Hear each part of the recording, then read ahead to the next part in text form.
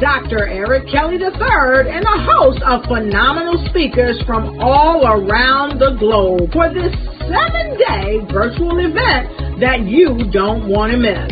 The mission of the Black Business Expo is to raise scholarship money from kids all the way from high school all the way from college. The Black Business Olympics is one of the largest Black business showcases in the world. It is an opportunity for businesses and companies to showcase their businesses globally. We are going to be giving away laptops up to $5,000 away to students.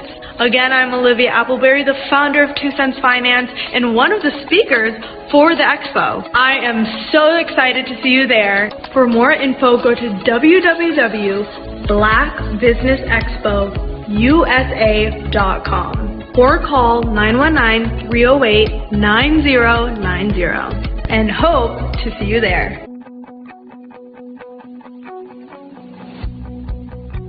I am Black business. From the moment I wake until the time I sleep. Yes, I am Black business. I am Black business. Tell me, are you Black business?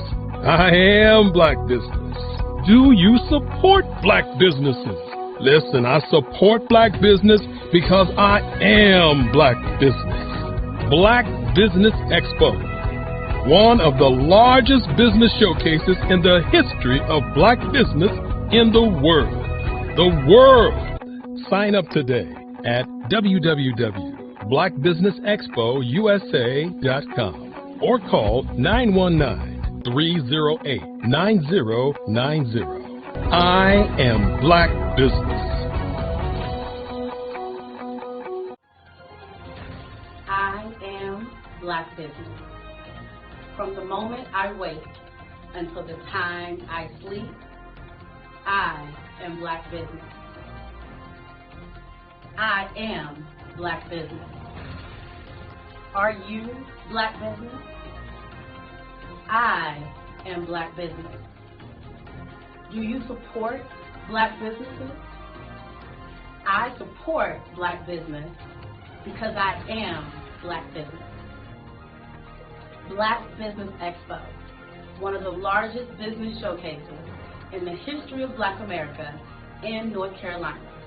Sign up today at www.blackbusinessexpousa.com or call 919-380-9090.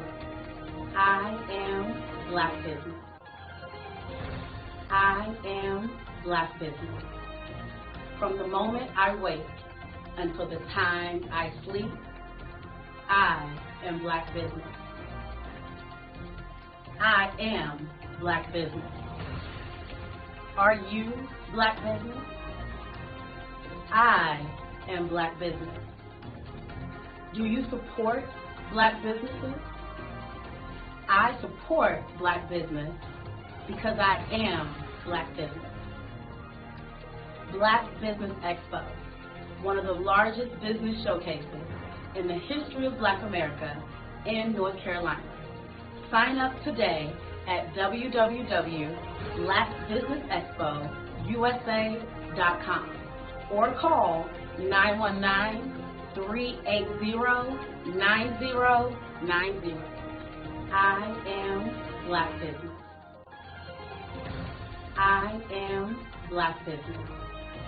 From the moment I wake until the time I sleep, I am Black business. I am Black business. Are you Black business? I am Black business. Do you support Black businesses? I support Black business because I am Black business. Black Business Expo, one of the largest business showcases in the history of Black America in North Carolina. Sign up today at www.blackbusinessexpousa.com or call 919-380-9090. I am Black business. Dr. Eric Kelly III and a host of phenomenal speakers from all around the globe for this 7-day virtual event that you don't want to miss. The mission of the Black Business Expo is to raise scholarship money from kids all the way from high school, all the way from college. The Black Business Olympics is one of the largest Black business showcases in the world. It is an opportunity for businesses and companies to showcase their businesses globally. We are going to be giving away laptops up to $5,000 away to students.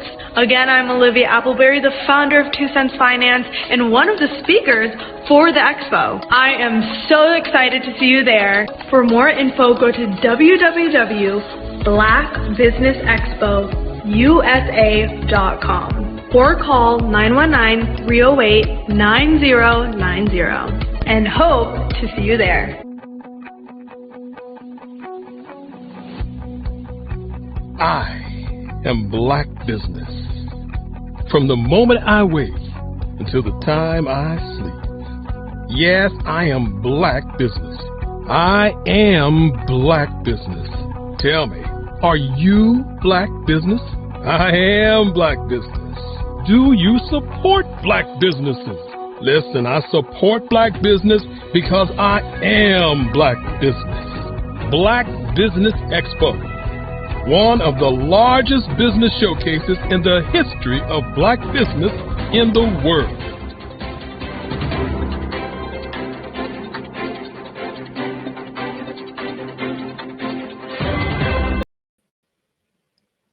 Good morning. This is Wade Randolph, the More Guy. Welcome to the Black Business Network.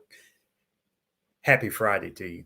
Now, you might be asking, what is the Black Business Network? We are a 24-hour networking show that gives you the best entrepreneurs, the best talent, the best thought leaders throughout the world. We have speakers in North Carolina, South Carolina, Virginia, Washington, D.C., throughout the U.S., and we even go across the water to London, Japan, and Singapore to bring some of our speakers to you. Our overall goal is to help you improve your personal as well as your professional performance. This morning, we're going to do something different, something new, but something that will help you grow. This morning, we have Dr. Lou Brewster. We call him Dr. Lou. He is the founder and CEO of Donna Health, a digital solution for healthcare providers seeking better health outcomes and a return on their investment.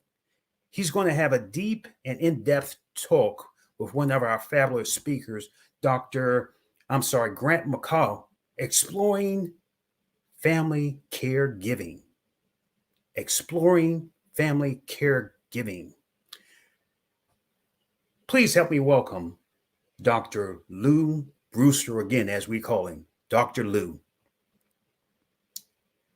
Good morning. Dr. Lou, good morning. Good morning, my friend. How are you doing today? Great. Any day above ground's a good day. Oh man, we gotta aspire a little higher than that. Come on now. Yeah.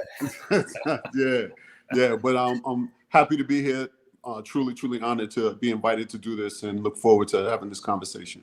So I'm going to get out your way. You're going to bring on one of our fabulous in-depth speakers and let you gentlemen have a conversation that the audience needs to hear and that will grow them in ways that they are be excited about. Gentlemen, I'm leaving it to you. As they say in our network, genius is common. I look forward to seeing you gentlemen on the other side.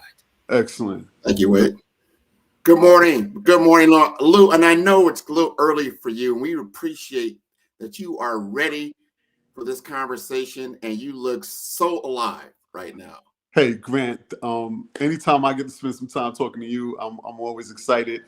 I'm always honored that you reach out to me for these type of opportunities. So, if I got to get up a little earlier, actually, it's not really early for me. This is usually how it starts. One of the lessons of living on the West Coast is that any work you do on the East Coast makes you get up early, and then you spend a longer day. So, because you have to work, obviously late out here. So I've just gotten used to long days at this point.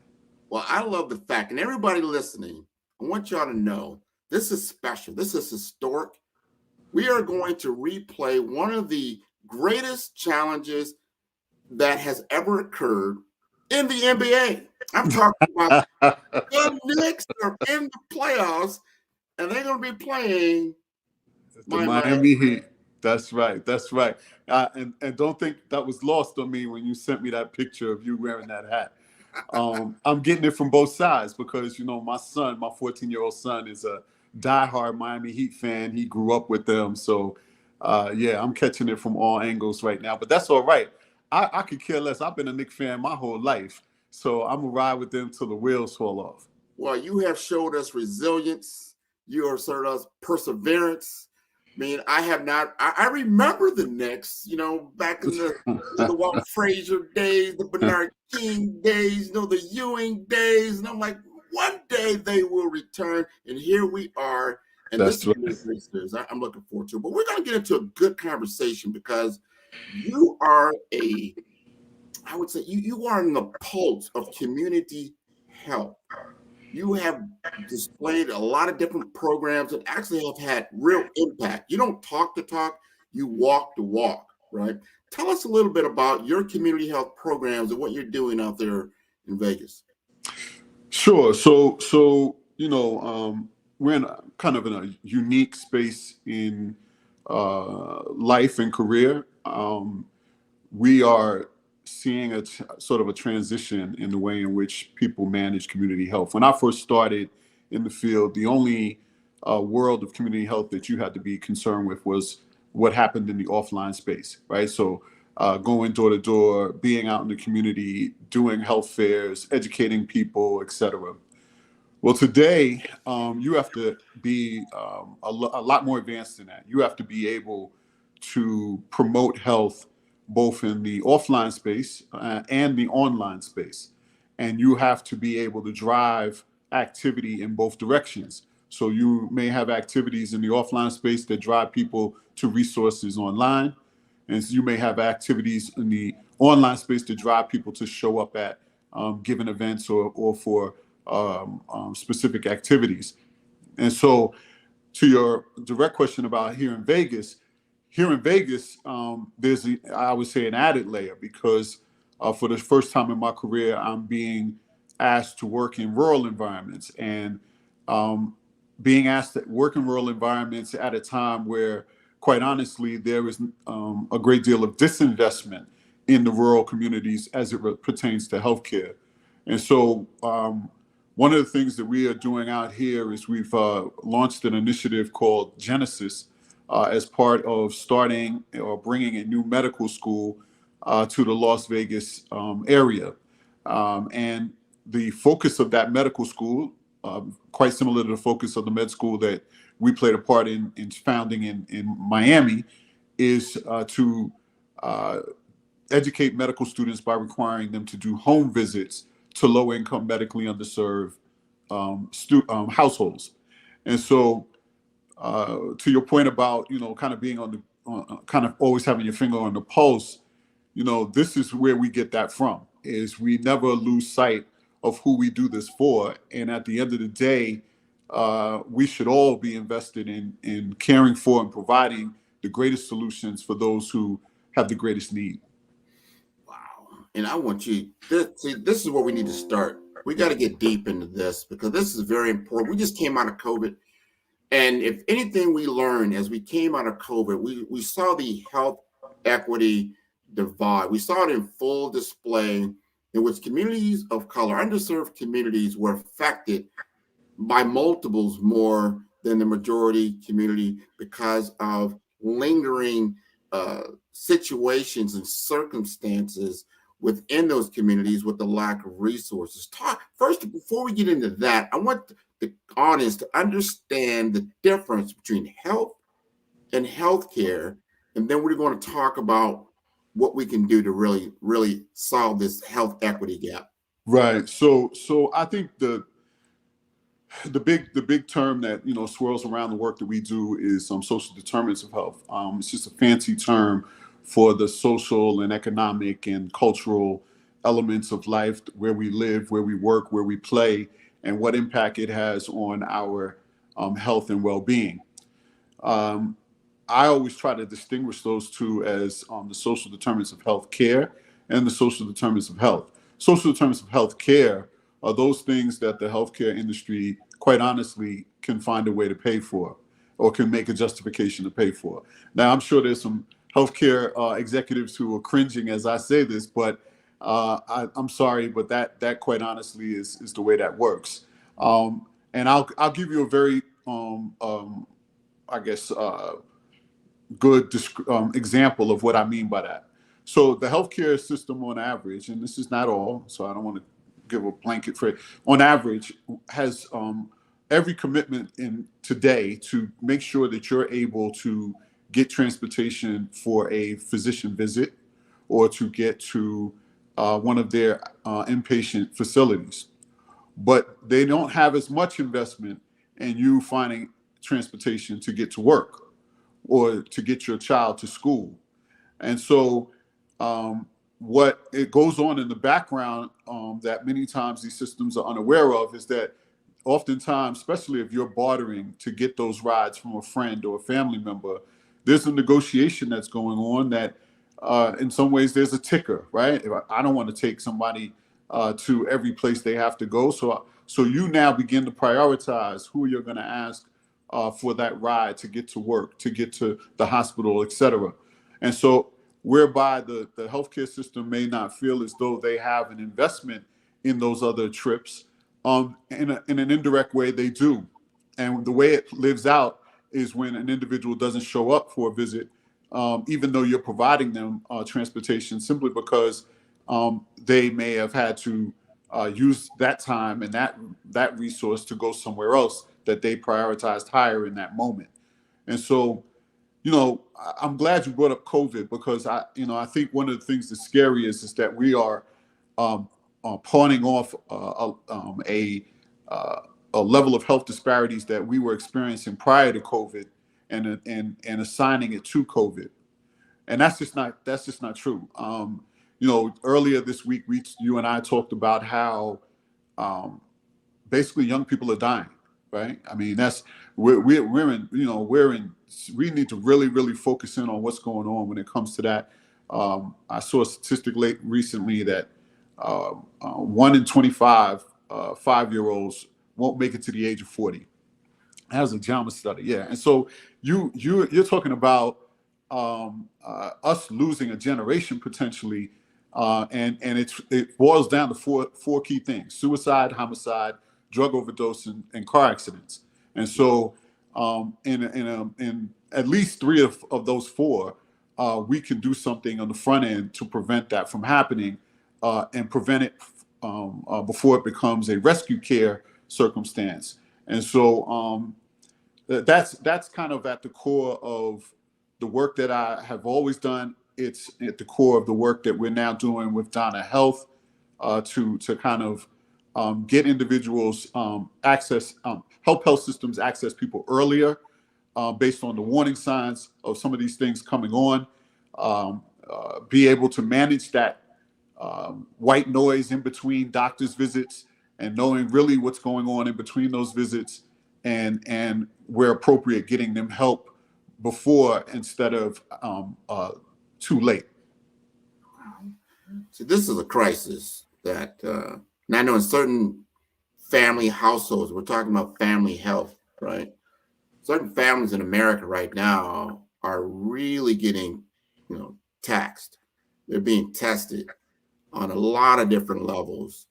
Like you were talking about the social determinants, just the social determinant, like what's your daily life like for survivability, right? And what does that look like? Because you've got so many things that you have to take care of and be responsible for just on a day-to-day basis.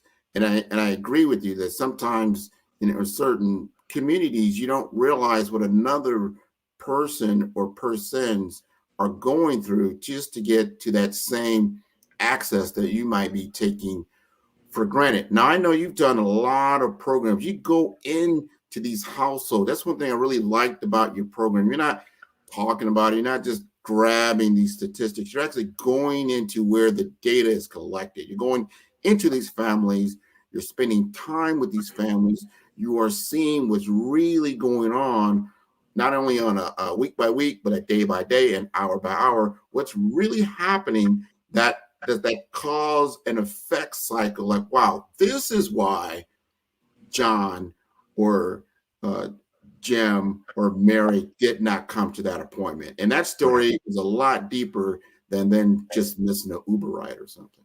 Very much so. So the process is pretty straightforward. We have what an approach we call high tech, high touch, right?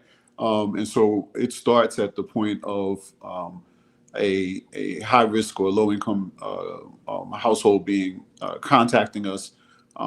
We make a quick 5-question call to them to kind of get a sense of how soon and how urgent we need to get out to them. It also allows us to know what type of team we need to deploy to them. Does the team need to be more medically focused, or does it need to be more socially focused? And then, using our proprietary software system, we're able then to deploy the right team. We have a part of our platform that's called teaming. So we are able to drop in the type of provider that is most appropriate and most needed for that household to manage its needs, and do this almost seamlessly or harmoniously. So now when you get this visit and you get screened for the different things that you need as a household, because that's the key part, as not just one patient, but for the entire family. And I want to come back to that, because that's a part of what we are missing in healthcare.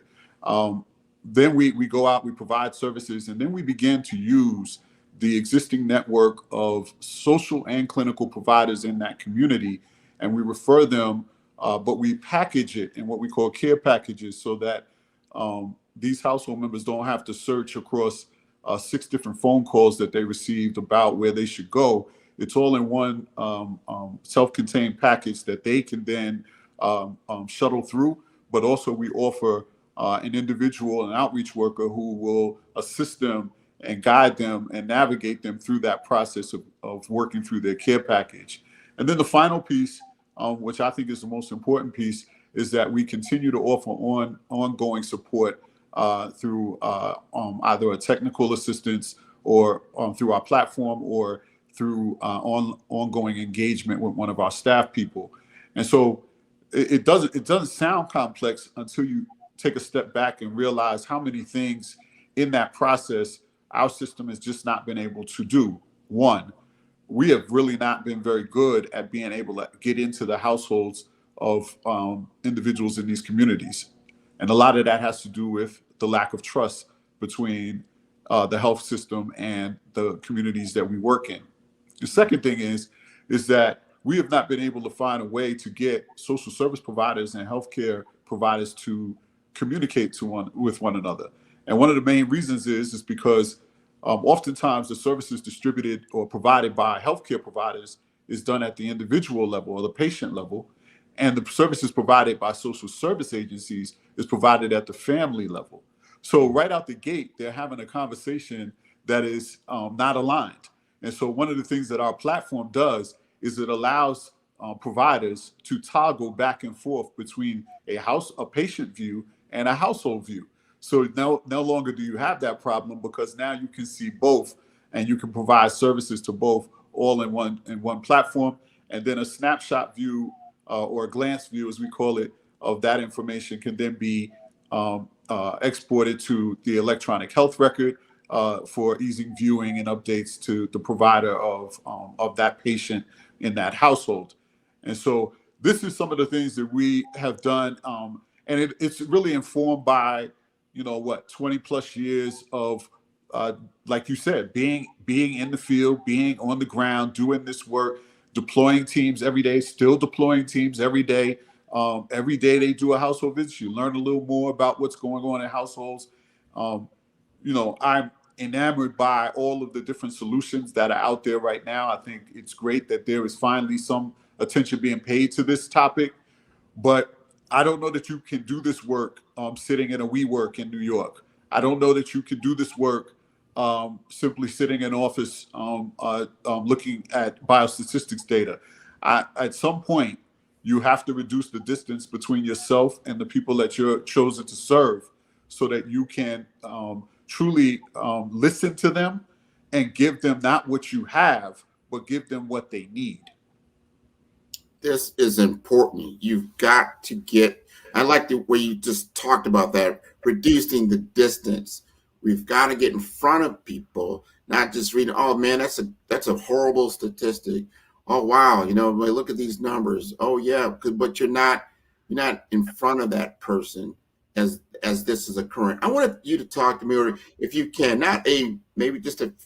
tell us about how you have impacted a family, how that, because you got involved, the situation was better because of circumstance. We talked about this on an earlier podcast we did last year. It's just that small window of time that if someone got involved, the situation or outcome would have been different. Right. So I could tell you all the statistics in the world, but I always tell people, if you just close your eyes for a moment and you think about that one or two or three people, family member, friend, coworker that you helped out of some dire circumstance, I would say that most of us, after feeling a sense of satisfaction in helping that individual, at some point you pause and ask yourself, what would have happened to that person if I weren't here? Right? Don't we all reach that conclusion? Like, we're like, if I wasn't here, what would have happened to that person? Well, one of the things that I enjoy about what we do is that we can provide an answer to that question, right? What you can do now is you can reach out and know that there's a person who's willing to not just get on the phone with them, but actually go to their home, who will basically do what you would have done, right? And that's what Donna is about. That's what the work that we're doing is about. It's about being able to have somebody that even if you couldn't be there, that you could pick up the phone and say, hey, why don't you call Donna? They can send somebody to do it. And that's at the core of what we've always been about, right? Is that you heard me say before, right? Like there's three things that I worried about for a long time prior to doing this work, and that was distance, dinosaurs, and those damn do-gooders, right? And so this is a kind of a resolution to all of those, right? Like we have to reduce the distance between ourselves and the people that we are chosen to care for, right? And so sadly, we're reducing the amount of time doctors can spend with patients. We're isolating them further and further away from the patient, placing layers and layers of team and staff in between them, and giving them very little information about who that person is as opposed to what's their problem. Then we're giving them antiquated tools and telling them to do new things. And so I've already given the example about sort of how data is misaligned in the way in which it's being presented. And then we train them the wrong way, right? We train them on a problem that took decades to create, and will take a longitudinal approach to solve.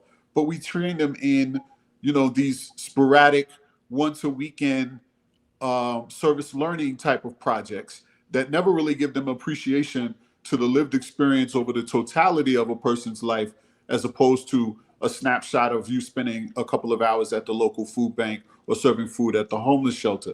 And so if we want to teach people to be committed over the long term, then we have to place them in training settings that will make them do work over the long term. And so here's the thing, we're human beings. Human beings don't want to be uncomfortable, right? Like we don't want to feel insecure. We don't want to feel as though we're powerless to do something about what we see or we're in the presence of. And I don't either.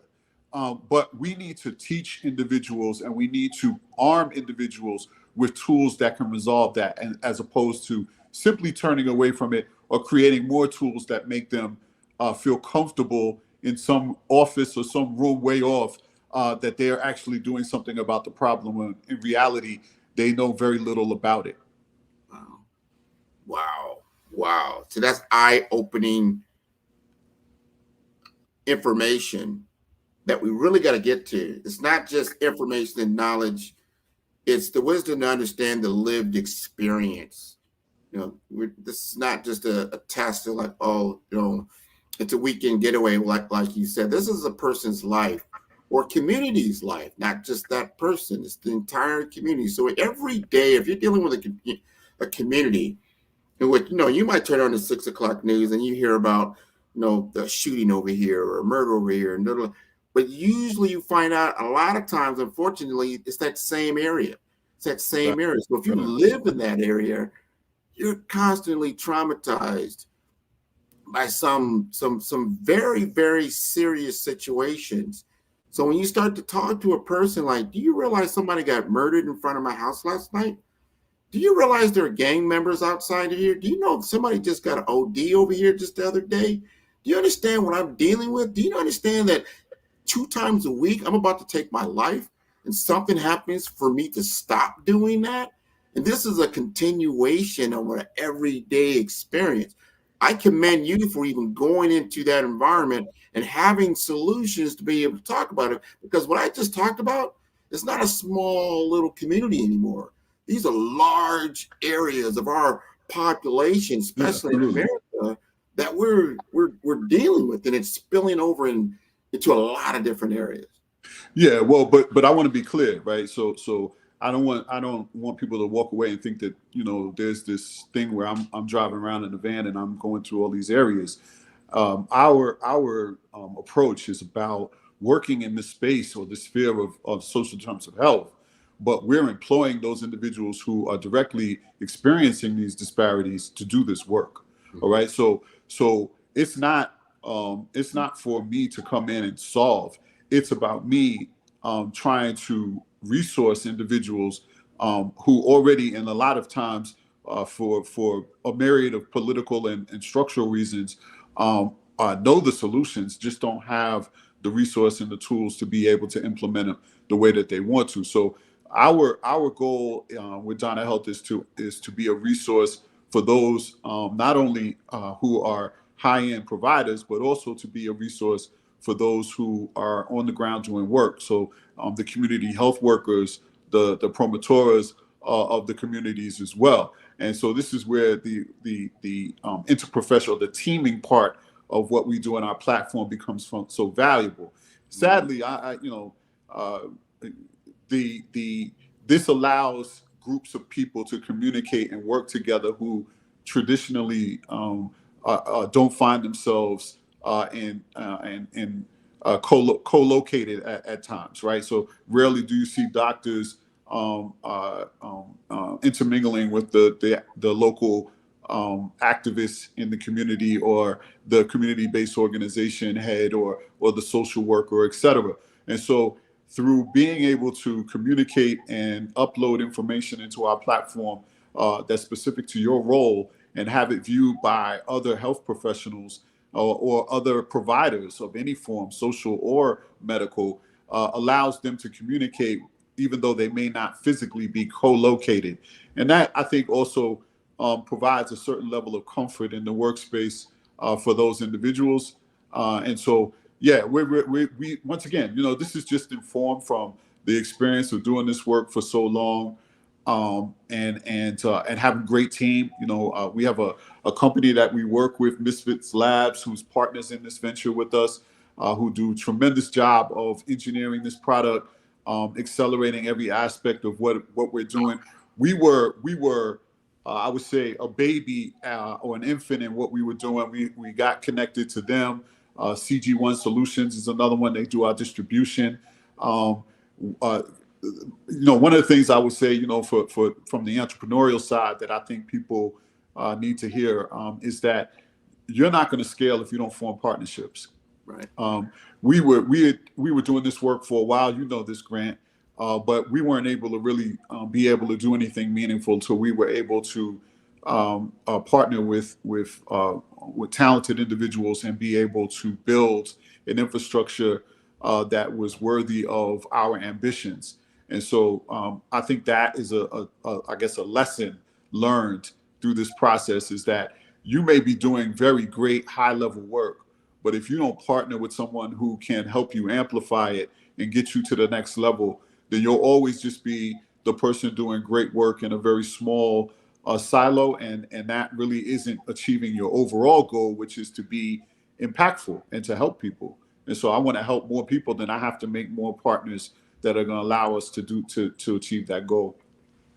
Well, I'm very happy that you have found your calling and that you see this, and it's not just isolated, because you've done work in obviously New York City, London, Miami, probably some other cities I can't even name. You've been in this field.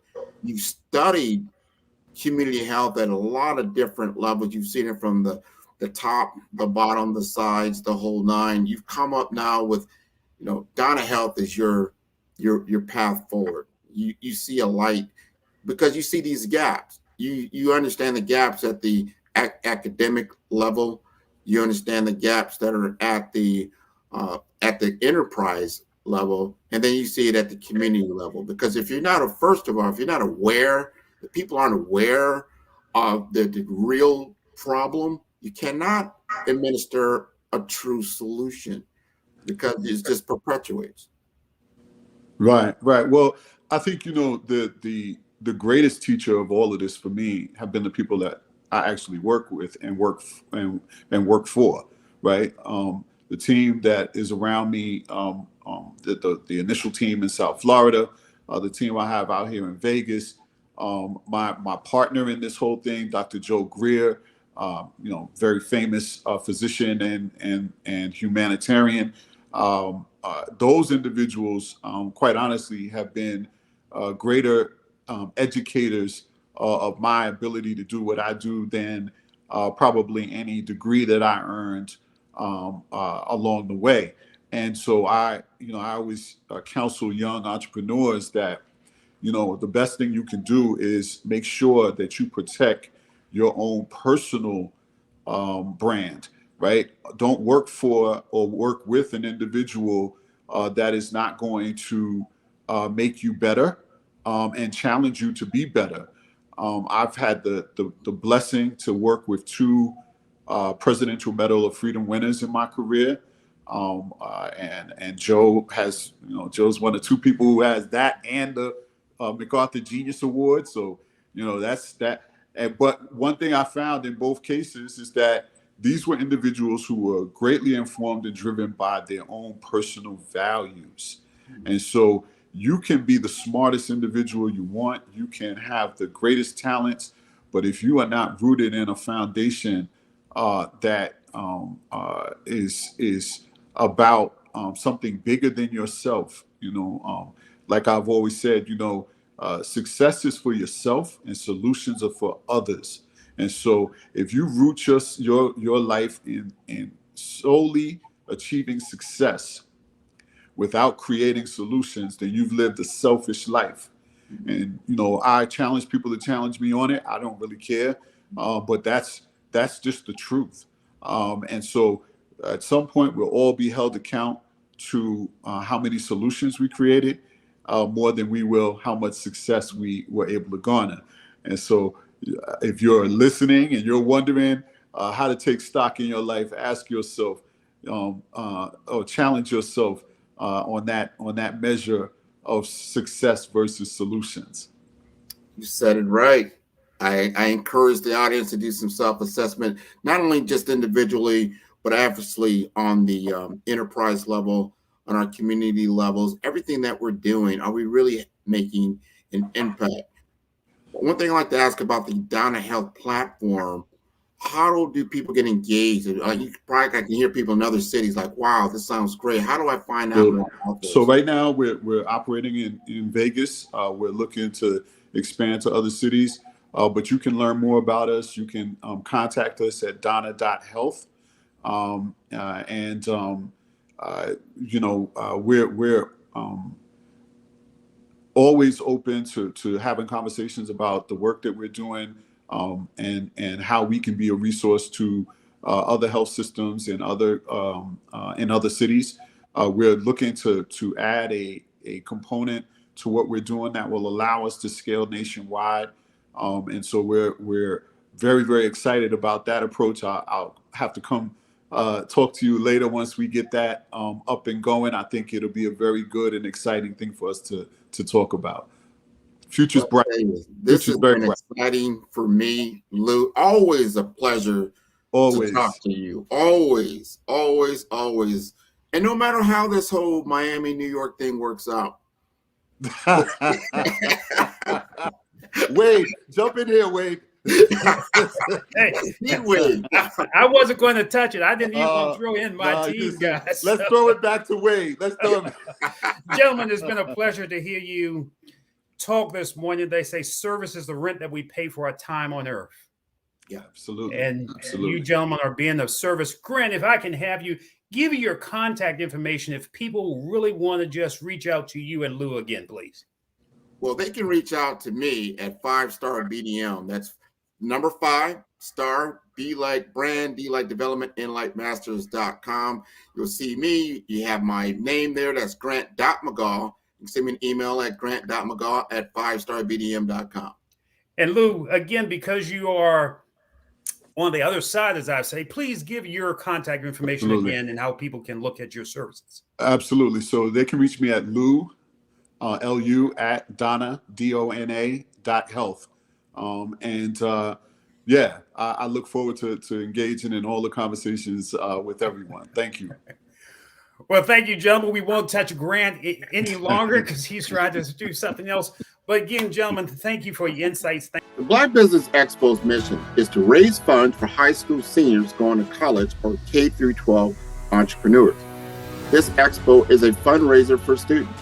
Please, you may go to www.blackbusinessexpousa.com to donate to the scholarship fund or use the Cash App at @BBX USA. Our goal is to give laptops and up to $5,000 to 10 students. Students can register online at www.blackbusinessexpousa.com. Every dollar counts. Please donate to the Black Business Expo USA Scholarship Fund.